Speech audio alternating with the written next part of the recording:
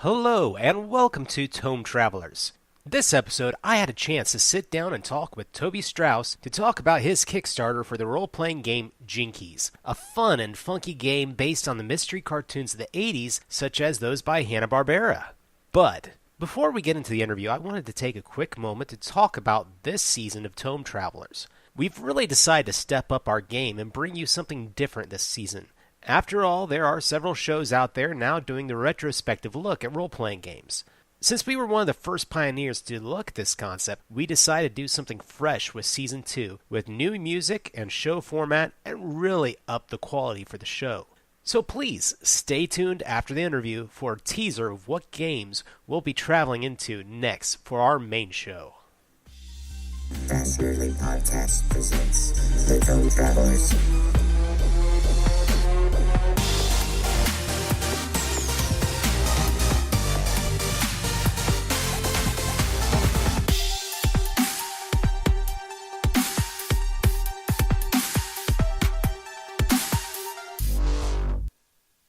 Toby, thank you so much for joining us here today. Thank you so much for having me. I'm really excited to be here and to talk a little about my game. So, one of my favorite warm-up questions is to ask game creators how they first got into RPG gaming. Gosh, so gaming, I think I've been in gaming for most of my life, I guess. My first tabletop RPG was Shadowrun. I played it in middle school with my friends from school. And that was just a mind-blowing experience. From there, I went into other games. I played Robotech. I played Dungeons and Dragons, of course. I did Star Wars. Now, this was back in the 90s, so it's a different system than it is today. It's been nothing but games for almost as long as I can remember. I've got to admit, I've heard your name before, specifically your entry into the 200-word RPG challenge of 2016. Is the Space Pope a Lizard? It's a fun read. How did you find yourself getting into creating RPGs? Okay, well, first of all, I think it's hilarious you brought up Space Pope. I hope it's okay if I geek out a little bit on Space Pope. That was, in fact, a 200-word RPG challenge. I made it in a night, just inspiration struck, and I thought, hey, the process for choosing a pope, that's called conclave. Conclave is really weird and fascinating. I could probably game this. And so I just pulled out okay, what are the mechanical aspects that the cardinals use to choose a pope? And then after that, I said, okay, well, what is the thing that drives them forward? Now, the thing that really pushes them forward in the conclave process is the doors are locked, and even when they are let out of the chapel, they're still sequestered. So there's a time element. You are not going anywhere else until you have chosen a pope. So I made that the mechanic in the game because I figure at some point somebody's got to go to the bathroom. And if we have you locked in the room playing Space Pope, eventually you're just going to say, I don't care, screw it. It can be, the Space Pope can be Johnny over there. Sure. Can I go now? So it was not the best game I've made, but it certainly made me laugh. And I'm glad that it made you laugh too. I found myself getting into games because, so in middle school, I started playing games. And in high school, I started running them as a DM. When you're a DM, there's a certain creative element that isn't that far from hacking a game. In fact, most DMs that I know hack a mechanic or two in their game of choice because it just, to get the right flavor or the right feeling. For example, I have a friend, Vic, who loves Star Wars, absolutely loves Star Wars. And when he plays the role-playing game, what he does is he gives them tokens that are called Yodas, and a Yoda lets you re-roll a die. And so it's it's a lot like the D&D inspiration system. And it's just sort of got this feel like, oh, well, I've got the Force on my side. Little hacks like that make you go into game design, and that's very much what made me go into it.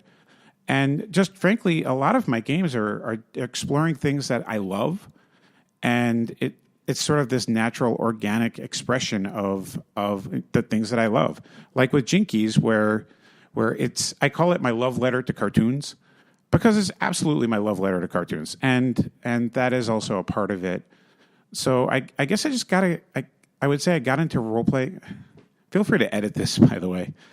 I got into RPG design largely as a function of being a DM, and then from there it just sort of evolved into, hey, what are the things around me that I can gamify? So I'm a murder mystery party aficionado. So when I heard your game centered on mysteries, I really got excited. Then when you told me about your core concept, I've got to be honest, I thought it was brilliant, with Hanna-Barbera cartoons finding some great traction in modern pop culture. So what was your inspiration for the creation of the game Jinkies? So the game Jinkies originated with, we had a home game that we'd set up here in town, and we'd set it up to play Monster of the Week. So not even related in any way.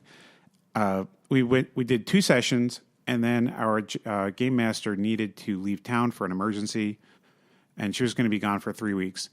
And the concern was, oh, well, the game will fall apart if we don't do something to keep everyone together. So what I did was I said, why don't I do something with Spirit of 77, and we'll just get a game of that going just to kill time. And when I was looking at Spirit of 77, what I decided was I could make this more musical. In fact, what if I made this about the Partridge Family? I swear, the original game was supposed to be about the Partridge Family, and we used the playbooks from the Partridge or from Spirit of 77, but they were reflavored to be the characters from the show. And admittedly, I didn't do a lot of prep for this. It didn't really work in that. One, nobody's seen the Partridge Family, and 2, it was still Spirit of 77. It wasn't its own game. So I took the notes from that initial game, and I went and I watched the Partridge Family, watched some episodes, decided it was a terrible program, should not be the basis of any game ever in the history of games ever. It's really just that bad. And then I said, well, okay, what other 70s media could I maybe base this on? Scooby-Doo, I think they kind of had a rock band, and the answer is, yeah, they sort of kind of did. So I said, why not do that? And from there, I jumped into, making it, because I didn't want it to be specifically a Scooby-Doo game, but maybe something a little broader. And so I expanded into that Hanna-Barbera space, where you've got Jabberjaw, you've got Josie and the Pussycats, Inch High Private Investigator, if any of your listeners are into the more esoteric games that are out there.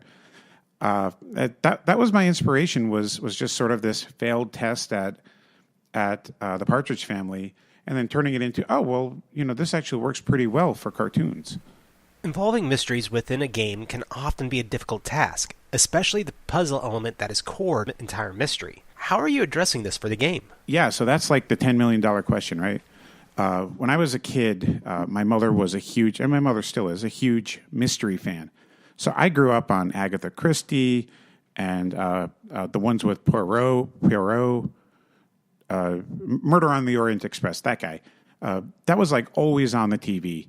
And one of the things that I noticed in a mystery show, in a good mystery, is that you can always solve the mystery. So if you follow the formula, and I always use Psych as my example for this because it's really well written in this way. If you watch the show, you can, without getting up and touching anything, collect every clue that you need in order to solve the mystery before the end of the show. Right? So it's all there. It's all physically present. And the problem with a role-playing game is it's not visual. There's nothing to see. There's a guy describing a room to you, or describing a city square or whatever. It's all being described to you passively, and you're receiving it passively, and you don't have the ability to look under the chair without saying I'm looking under the chair, and that makes it turns these sorts of games into a bit of a scavenger hunt, where you're just poking and prodding at the GM to find the correct code word. Like, okay, I look behind the photograph. No, I look under the rug. I look, and that can be frustrating. Now, there are games like game systems that fix this. Gumshoe, I think, is probably the best mystery game system that I have played, where there's just mechanics to make sure that the players get their mystery, even if the clue isn't like right there in front of you and obvious like you would think. So Jinkies is not that, though. Jinkies is powered by the apocalypse, and that is just a woefully inadequate system for telling a mystery. It's very difficult because one of the core principles of Powered by the Apocalypse is play to find out. And what that means is, in a typical game, like if I'm playing Dungeons and Dragons, there's a guy, he's got his DM shield up. Behind it, he's got all of his notes, and he knows what everybody in town is doing, and he knows everything about them, and he knows what they're going to do and say, and the crimes that they've committed, the powers that they have. Powered by the Apocalypse doesn't do that. With that, the DM has the same narrative control as every single one of the players. So the way that I approached it is I said, well, what if, because in a Hanna-Barbera cartoon, if you pay good, like really close attention, you cannot solve the mystery. They don't give you enough material. So I said, okay, well, what if we focus instead on the adventure, because this isn't really a mystery. This isn't Psych. This isn't Agatha Christie. This is Jabberjaw. It's the thing that you remember from Jabberjaw isn't solving a mystery. You remember them running around, getting into trouble. You remember the adventure. So the clues are all entirely generated at the table. They are collaborative. That means that the animator has a role in the creation of a clue. The players have roles in the creation of clues. The GM notes, the GM is called the animator in Jinkies. The GM notes do not ever say who did it. The GM notes just have a bunch of MacGuffins, things to pursue, and also a bunch of people, suspects. And then I just sort of let the players decide who to pursue. And they follow them based on the structure of the show. So another thing that really drives this sort of game is structuralism. And in my case, it's pretty easy to set this up because they follow the same structure, and it's based around the commercial breaks. So like in the right, so you get a 5 to 7 minute span of TV, and then there's a commercial. And then you get another span of TV, then there's a commercial. Usually they have 3 of those. And when you watch these cartoons, they follow that structure. So instead of chasing after clues, I pursued the structure so that things will happen when you expect them to happen. And then I let the table decide for themselves who done it and why they done it and all of that. And it's been surprisingly effective. I can count the number of bad games that I've had on one hand, and really those were generally because just people weren't, like, there wasn't buy-in. So yeah, it's a totally different take on a mystery. If you're looking for like something where there's an actual guy who done it, you would probably be a little disappointed. But if you're looking for a cartoony adventure, I found that it's a really good way to sort of work around the intrinsic difficulties of mystery in a role-playing game. Are there other game creators and writers out there that influenced you or inspired you as well in the creation of this game? Gosh, yeah. I mean, there's tons of people that I look up to. I think, of course, I am working with Stephanie Bryant, and I find her work to be incredibly clever and brilliant. What I really like about her work is that she goes outside of the box, and she goes outside of the box and sometimes in some really wonky ways. Recently, she published a game called Threadbare, and Threadbare is a game where they're toys, and it's baffling to me that this is a Powered by the Apocalypse hack. Like, she took Apocalypse World, a game about the end of the world, and it's kind of Mad Max, and she turned it into a bunch of toys that are playing together.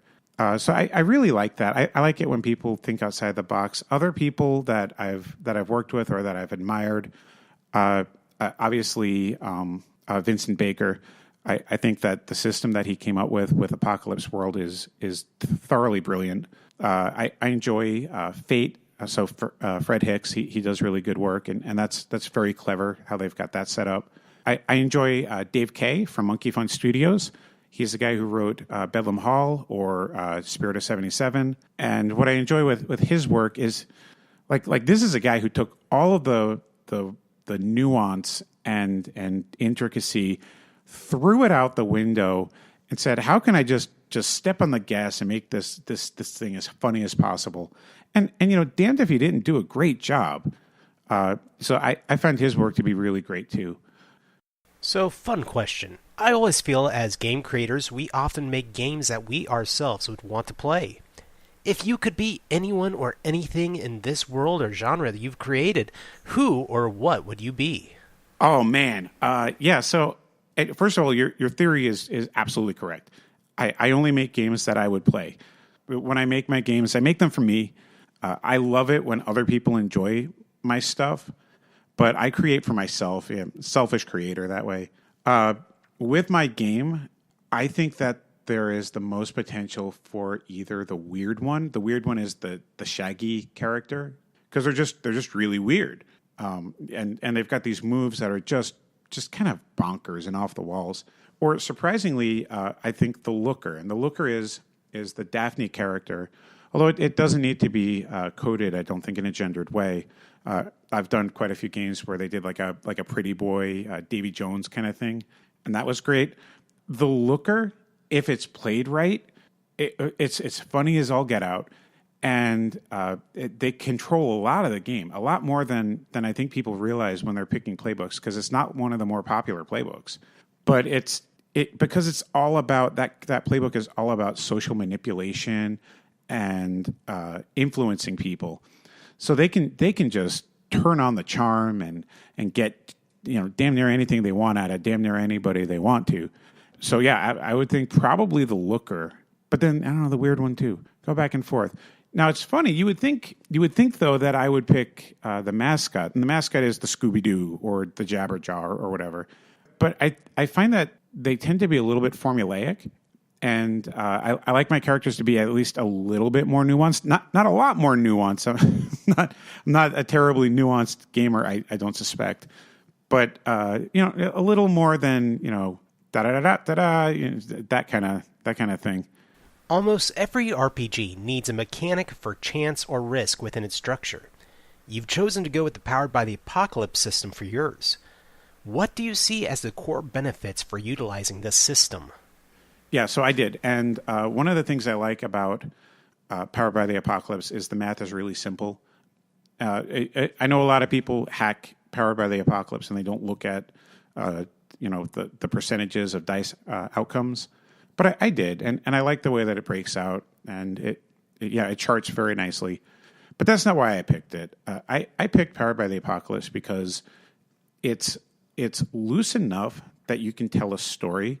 Like it isn't super crunchy. It isn't like a GURPS type game where there's such a huge emphasis on mechanical gameplay. But at the same time, it isn't a story like full on story game like Fate, I think, is more so, or Drama System. Drama System is a tremendously loose system, and the risk I see in their systems is that they don't have enough structure to help players when they get stuck on their ideas. So what I mean by that is if I'm playing the Looker and I'm just stuck, I don't know what to do. Like I don't know where to go with this. I can look at my playbook and I have moves, and the reason that I put the moves that I put on the playbooks is to sort of outline what this character would do.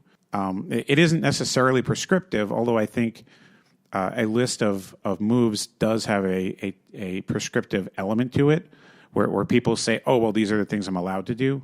But more than that, it's I think it's suggestive. I really like that element of the system. I absolutely adore the play to find out element of Powered by the Apocalypse. I have not played a game where they've done it quite as well. And I just picked it for that that main reason. And then, finally, there comes a point where you just have to pick a system. This game could have been a Fate game.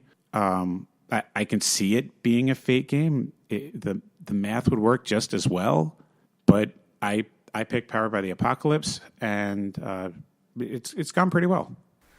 This brings up an interesting point. Games featuring Powered by the Apocalypse as a system usually uses playbooks in place of character creation mechanics found in other RPGs. Obviously, you'll be using the same structure, and as so, can you tell us some of the themes or types of characters you'll have present? Yeah, so you're right. We use, instead of character creation where you say, okay, I'm going to be pick a race and then pick a class. Powered by the Apocalypse uses playbooks, and the playbooks are similar to that. If you've played Dungeon World is very, very, very much like that. So, they'll have like the Druid, and all of your choices are kind of just made for you. There are a couple things you pick on that, but not a lot. I do that as well. And I base them off of the archetypes that you see in the mystery adventure cartoons from the 70s.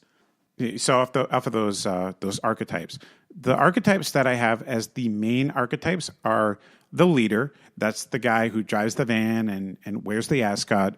The looker. That's the pretty one. And again, you could be a guy and be pretty. So there's the looker.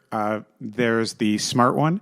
And, this is the one who's probably too smart to be hanging out with these people. You're not sure why he or she is with these guys. And that's the one who's always solves the mystery. And then you have the weird one. The weird one is your oddball. They're the wild card. Just goofball off the wall. If you watch Always Sunny in Philadelphia, it's Charlie. Charlie is the goofball. Breaks the group dynamic, but in a fun way. We have the mascot. The mascot is your cartoon sidekick guy. And that one's really fun because the players get to pick the playbook, but then they also get to decide, okay, what are you? Are you a dog? Are you a cat? Are you a mouse? And we don't need to limit it to animals. Speed Buggy was a car, so you could be a magical talking airplane. It's really whatever.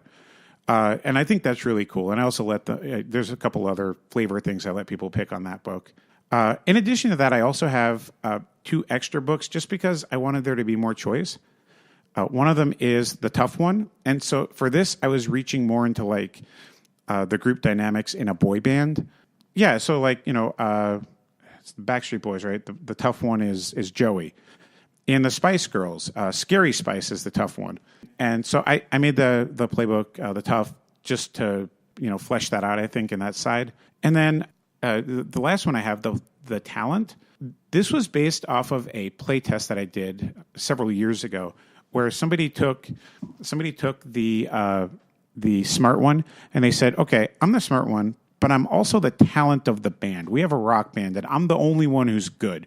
And just all of the stereotypes that you get with the aspiring artist, talented person in the back who writes all the songs. That's on that playbook. So those are, I think there's 7. So I think that's all 7 of them. They're a ton of fun. Each of them feels very different, which I'm really proud of because part of making a good apocalypse game is making your playbooks feel unique and powerful and different. So I think it's come out pretty well. So you've launched your Kickstarter. What can you tell us about the campaign, such as the dates and other people who are working for you on the game? Yeah, so the Kickstarter. The Kickstarter actually went live already. It went live on February 15th, and it runs through until March 19th. So go and check it out right now. I'm sure you guys have a link to the Kickstarter, and if your listeners don't want to do that, that's fine. Search for Jinkies. It is the only project called Jinkies up there. I can't imagine why. I'm also working with Stephanie Bryant. She is managing the project, which is really great because she has direct experience with running Kickstarters and then fulfilling them on time. So I'm really excited about working with her, and I think that she's she's already provided a lot of structural support that otherwise I frankly wouldn't have known I even needed. We're working with Lil Chan. Lil Chan is the artist that we got for our Kickstarter, like just a preliminary artwork. And she'll be doing some artwork for us in the future. Super excited for her work. So just I'm going to brag about my artist here for a second. It took us a while to find her. She is just wonderfully talented. It's very difficult when you've got a really specific art style. It takes someone with a lot of range to bring that to life. And Lil absolutely has that in spades. I remember I spoke with her, and I was speaking with her in the car using hand-free, safe. And I'm describing, okay, so I want this guy to look like a 1970s cartoon, so but not like too much shadow, because that's something they did later. And Lila's like, yeah, so there's no drop shadowing on a 1970s cartoon, and we're going to use some pastel colors, and then she did it. She's absolutely amazing. We also have Vivian Abraham, and she's going to be our editor. Vivian Abraham is a lawyer, and she is also in her spare time, she edits role-playing games. I've seen her work. I've actually worked with her, and she is thorough and wonderful and brilliant. I'm really excited to work with her. I do have some people that I am working with on stretch goals. I'm not super supposed to talk about it until we get there, but yeah, I guess I'm not supposed. I shouldn't say anything yet. But we've got some super talent, and I'm really excited to be able to bring their voices to this because they're going to do some awesome stuff. So, shameless plug time. If our listeners wanted to get in on your Kickstarter or wanted to find other projects where you're involved in, where would they go? So yeah, probably the easiest place to go is Kickstarter and just do a search for Jinkies. We also have the URL Jinkies RPG, and that will redirect you to the Kickstarter. So yeah, if you don't want to mess with searching or whatever, just type in www.jinkiesrpg.com, and that'll get them where they need to go. Thanks again for joining us. We look forward to seeing how the Kickstarter turns out. Thanks so much. I really appreciate it being on your show, and thank you. All right, and that's going to wrap it up for today's show. We hope that you come back, and here is that special preview of what our next show is going to be about. Let's see if you can guess what the RPG is going to be. They were once here. They walked this earth as we do now. They breathed the same air, and yet, in the end, they stained the soil with their blood. We were much alike, but their essences were more tied to the supernatural than is ours. Like mere shadows, their civilizations sank into the darkness and disappeared. Their lifeless bodies covered the world, and all their works vanished as easily as tears in the rain. Mankind erased the last traces of their existence. We concealed our history by destroying that which was unlike us. Time passed, and those beings were converted to myth and legend. But unknown to us, before they vanished and were lost to memory, they left something behind. Much more than their legacy, more than their works. They left their souls, and thus were born the Nephilim. This podcast is produced by Passion Nerdly in association with the Nerds Domain and our parent network, the Southgate Media Group. This podcast could not exist without their support or from support by Patreons like you. For more information on how you can get involved, visit PassionNerdly.com.